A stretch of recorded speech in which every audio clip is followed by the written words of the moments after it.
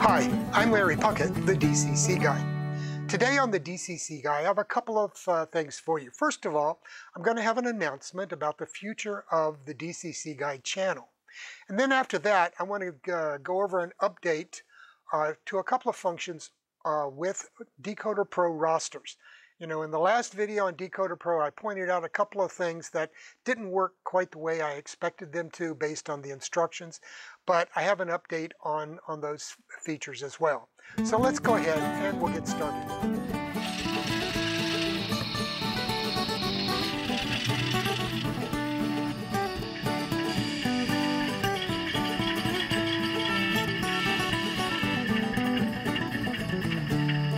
Okay, first the announcement. And this pertains to the future of the DCC Guy channel here on YouTube. I started this channel really about 4 years ago, and I used it mainly as a place to post videos linked to my DCC Guy website. However, back in August of 2019, I decided that I was going to shift my focus more to doing videos and developing the DCC Guy channel as a YouTube channel and an outlet for what I wanted to post about DCC and model railroading in general. And as a result, I started posting 2 videos every week because I thought that was important to build the channel and build interest in it and get a good subscriber base out there. And for the last 5 months, I've been doing that, 2 videos every week, and hopefully you guys are enjoying that. Based on the statistics, it looks like we've got good viewership and we're over 1,200 subscribers now. And there's over 65 videos on the channel. So there's a lot out there to watch now. As a result, I'm going to have to scale back some. The reality is that the topics that I've got lined up will carry me through the middle of 2020 easily. But if I try to keep doing 2 a week, that's going to be cut in half. And in addition to that, there's the burnout factor of trying to produce 2 videos every week and get them out to you on time and maintain the quality that I'm trying to shoot for with these videos. I did a post on the DCC Guy website and asked the readers there what they felt about how many times a week I should be doing these videos and what time length to shoot for. And generally I had really good support feedback for doing 1 video a week and keeping it in the 10 to 15 minute time slot range. So that's what I'm going to do. So beginning this week, although I've got one on Monday just because I figured you guys expected it, I'm going to start with the Friday post will be a new post on that new schedule. So look for it every Friday, a new video coming out, and the one coming out on Friday will have to deal with soldering and soldering small components and the like, in accompaniment with the recent DCC Corner column that I did for the March 2020 issue in Model Railroader.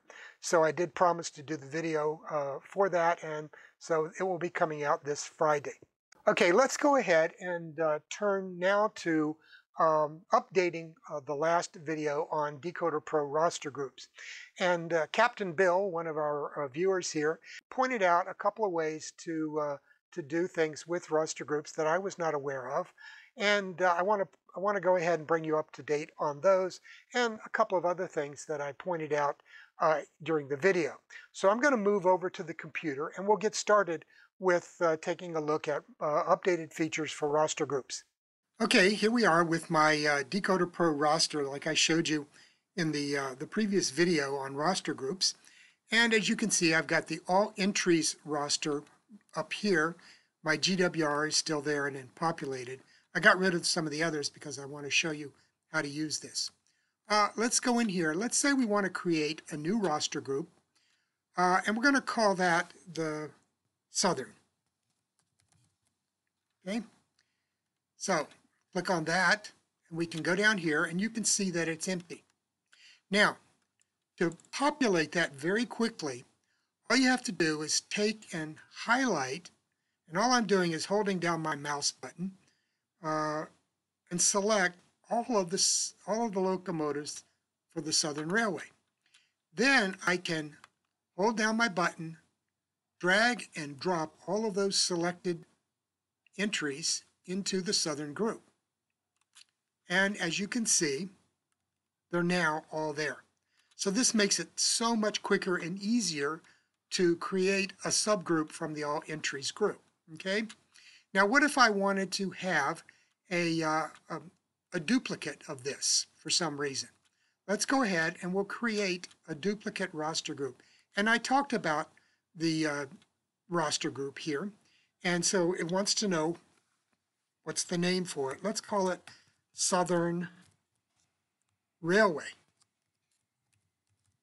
Okay. And it's not there. Okay.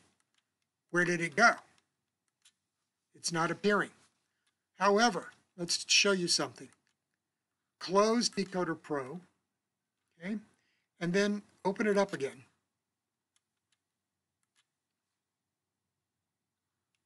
And it's there.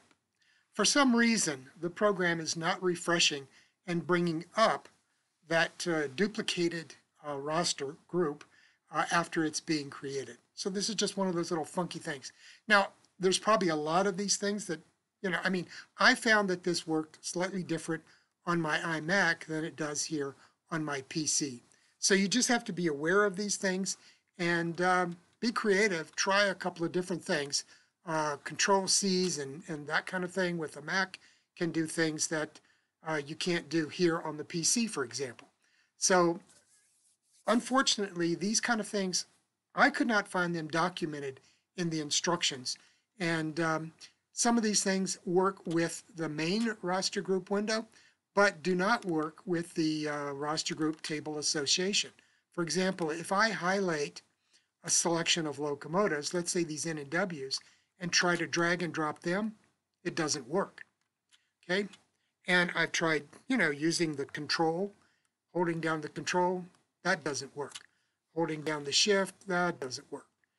And these are things that, that were described in the instructions for ways of highlighting some of these entries and copying them to a new roster group. So either I've misunderstood what is in those instructions, or things have changed somewhat since they were originally written. Well, at any rate, I hope that helps you understand how you can use this drag and drop feature to convert or to add new locomotives to your roster subgroups. For example, let's see, let's try a couple of more just for grins. Let's do these guys here and move them into the Southern Railway group, and there they are. So again, it's very easy to be able to create the subgroups, roster groups, by duplicating them and then copying into the other one, but you have to reopen to do that. Or by creating a new group and copying from the main global group into the subgroup that you've already created. So it's pretty straightforward, easy. Give it a try while you're discovering how roster groups work with Decoder Pro. Well, I hope that gives you a better idea of how you can use roster groups and how much easier it is to go ahead and create new groups within Decoder Pro. So enjoy that and look forward to the video on Friday.